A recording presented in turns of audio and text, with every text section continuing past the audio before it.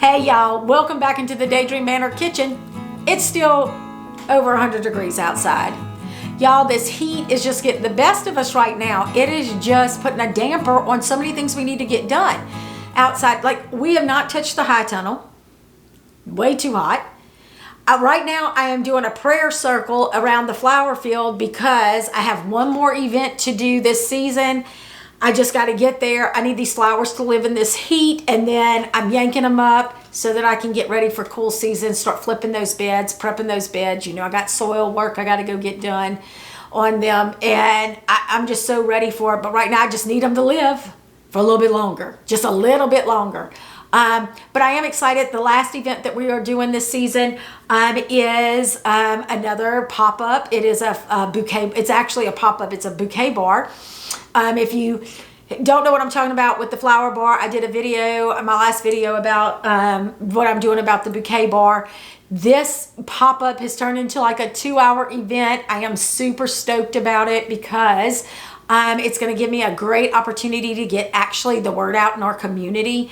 So yes, like, y'all, I'm so excited. I'll share more on that once we do the event. Hopefully I can get some pictures in that and just kind of tell you how that went. So that is not what I was coming on here to talk about, but it's where we went, isn't it? And y'all know I always got to start with a weather report because I feel like I'm a part-time meteorologist at this point.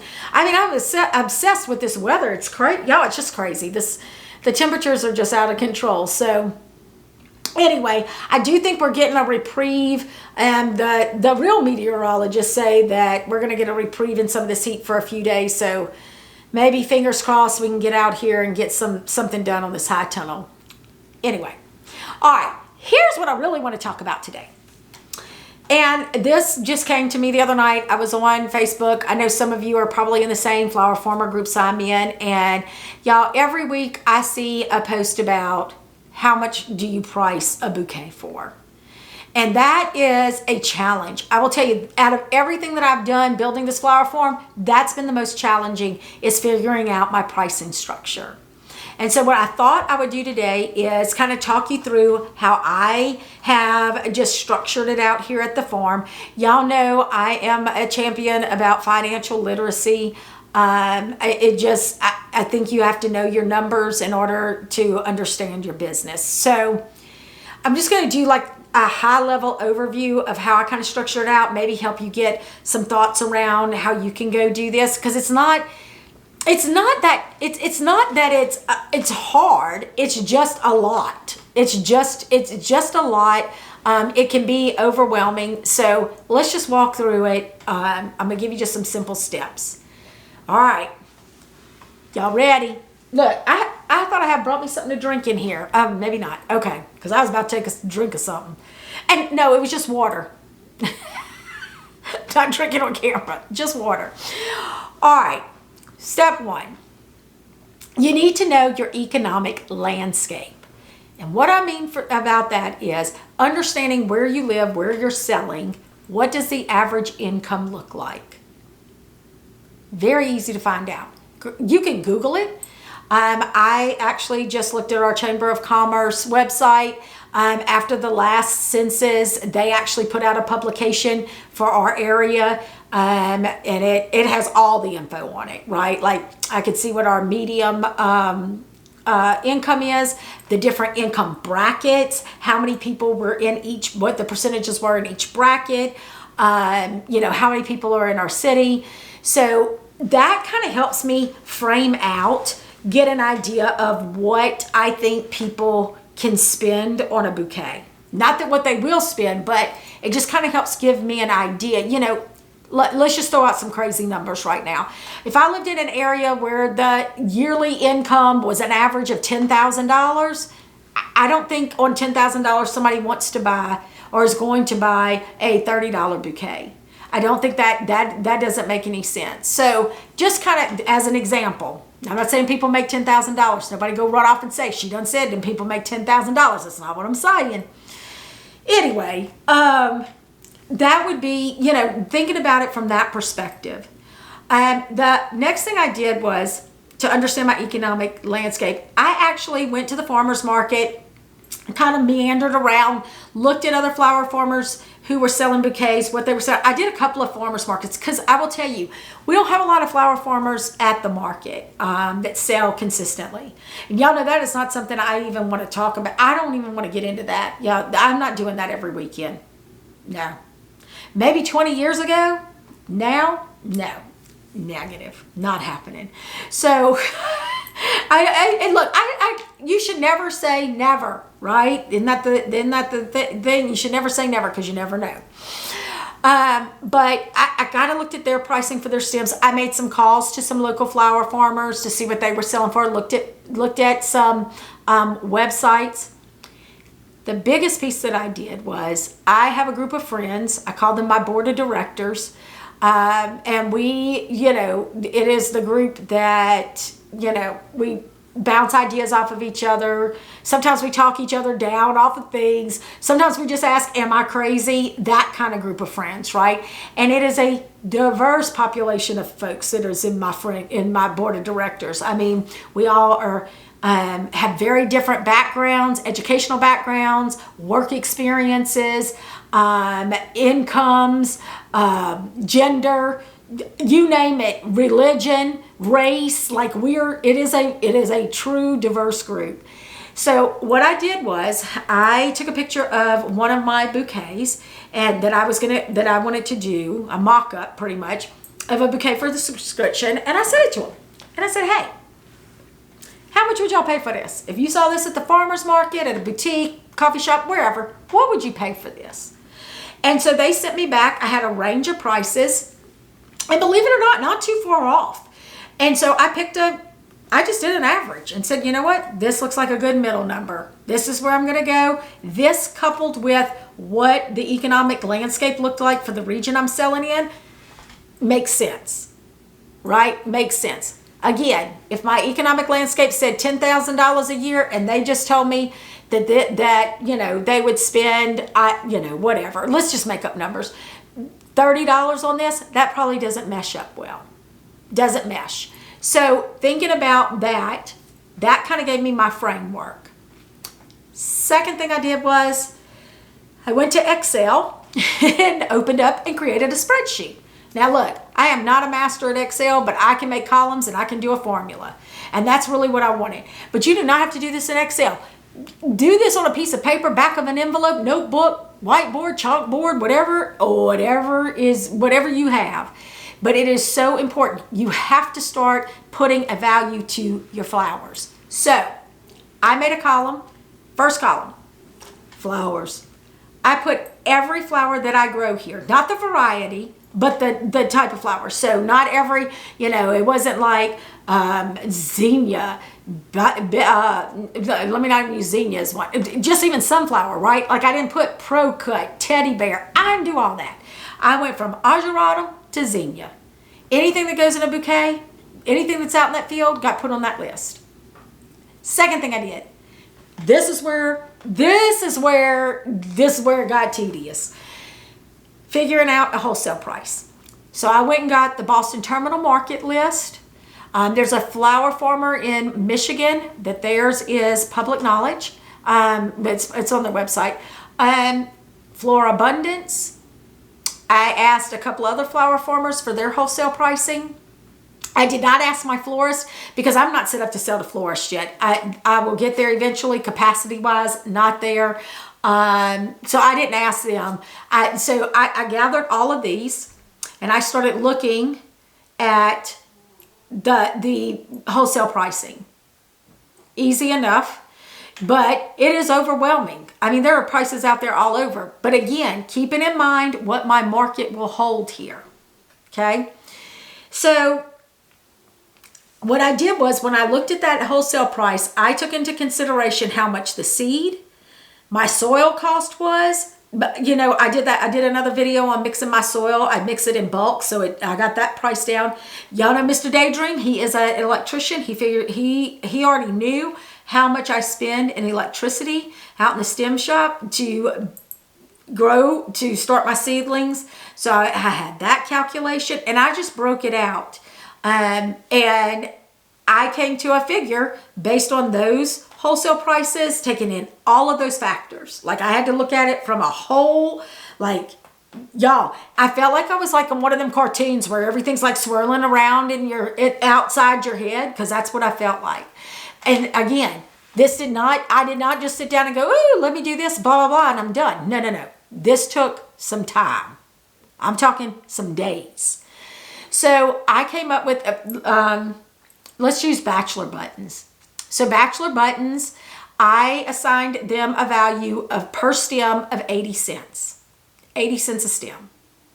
Wholesale. So that's that. I'm good with that. Like that's my number. Then I started thinking about retail. Because here's the thing. When I do a flower bar out here on the farm, I just want to do buckets of flowers, and I want to be able to say this dollar, this is $2, $3, whatever. So what would that really look like? Because also in that, for them to come do like that retail, there's going to be a few other little things of cost in there. And I'm going to tell you how I'll figure all that in. So all I did was multiply my wholesale times 20%. So that bachelor button stem from 80 cents became 96 cents, and I rounded it up to $1. Again, whole numbers, folks, whole numbers. So that became $1. Easy enough. I'm comfortable with that. I can sleep at night knowing that I could get 80 cents at a wholesale cost, $1 retail. All right. Part 2 of this. I have another column that just simply says number used. So I keep up with how many stems I'm using. I do have a recipe for my subscription bouquets, so I know how many focal flowers I'm using, spikes, air, all of those things, right? Like I have that, so I know what my 20 stems are. I go and plug in. I know I need 3 focals. That's going to be 3 sunflowers. It's automatically going to calculate a retail price and a wholesale price. So that's being calculated. Next step, figuring out my labor cost. Now, you've got to go figure out how much you need to make an hour. Nobody else can do that but you. You know what you need in order to live. So let's just say for this video, let's just say $10 an hour because it's just easier to deal with. Okay. And again, just simple math. So $10 an hour. If you've never actually timed yourself making a bouquet or harvesting, go do it. I mean, you're doing it anyway. Just check your watch. I know that I can make 15 bouquets in an hour. That's my average. So let's just say 15 bouquets. And it just so happened because I timed myself when I was making the last round and it was 15 bouquets I had to make. So I made my 15 bouquets. I also timed myself going out to the field because I wanted to include that in there. I got to harvest them, strip them, get them back inside, make them. So to harvest 300 flowers, it took me about 2 hours. Now, I will tell you, I probably could have done it in less time because I got distracted. There was just some other stuff happening. But 2 hours is a good time frame. I will tell you, I am trying to be very efficient in the field. When I know I'm going to make that many bouquets, I plug that in, let my Excel spreadsheet do the math for me. So now I know if I'm doing 3 focals per bouquet and it's my sunflower week, I know I got to go cut 45 sunflowers. So I'm straight to the sunflowers I'm cutting. I have that printed out. And actually, I don't even print it out. I just write it on a scrap piece of paper, stick it in my pocket, and head out to the field. So getting efficient also helps. So let's just say from field to vase is 3 hours in labor. So 3 times $10 an hour is now $30 an hour. $30 for the 3 hours. So let's just break that down to 1 bouquet for the rest of this. So I said I can make 15 of those bouquets. So on average, if it's costing me if I'm going to charge $30 in labor, it's $2 per bouquet. So now I got $2 per bouquet that I need to pay myself, that I need to pay in labor. Next up is my vase. So I have tried to do just bouquet wraps. Y'all, that was just it was just a pain in the butt. People didn't put water out. I ended up having to bring cups along and water and all that commotion. So I just switched to vases. Here's what I did. So first of all, I thrift all of my vases. I don't use mason jars unless I get them. Somebody gives them to me or whatever, but I usually just go thrift vases. I don't pay more than 50 cents a vase, period. I asked folks if they wanted to participate. I came from it from a sustainability standpoint and said, hey, do y'all want to participate? If you want to participate in a recycle reuse program, that would be awesome. Plus, people don't want to store all those vases. So I said that. I always do a little reminder. The last email that I send out before their last delivery of their subscription, I always just say, hey, don't forget, tomorrow's your last subscription. Put your vases out tonight. 90% of my people put them back out. I have not thrifted a vase in over a year. I don't have to. They come in. Now I have customers who call me and say, hey, so-and-so passed and we're cleaning out their house. Do you want all of these vases we've come across? Yes, thank you. And I'll go pick them up. I don't have a problem with that. So I get those vases. It's easier for me. Sometimes I do add some paper, some special wrap around them just to make them look a little bit more festive or whatever. And then I have a piece of jute twine that goes around with a little card that I make out of cardstock, print it right here at home. So even if I have to go buy a vase, 50 cents plus that, let's just say $1. Let's just say the supplies is $1. Okay? I'm up to $3. There you go. Now, what if you're doing delivery? So I did calculate this too. I delivered 15 bouquets, took me 2 gallons of gas. Let's just say flat $4 a gallon. And that's high right now for here. We're not paying $4 a gallon. That's like, multiply that out over 15 bouquets. That's like 50 cents per bouquet. Let's go up $1 though. Let's just add $1. So we're at $4 right off the top for that bouquet that's going to come out of that bouquet.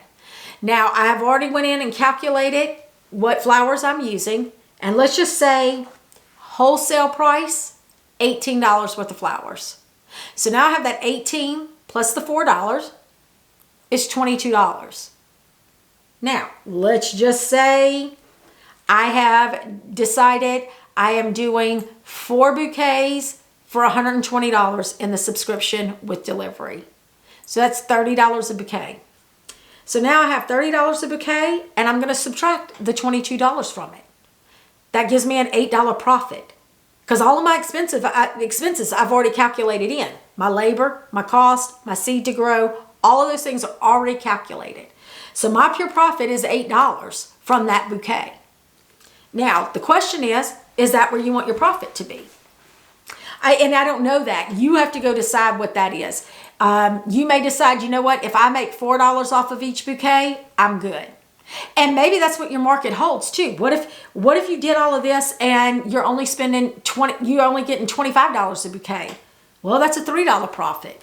So you can go back. The whole point of this exercise is that you can go back and adjust and go look at is there anywhere you can cut costs?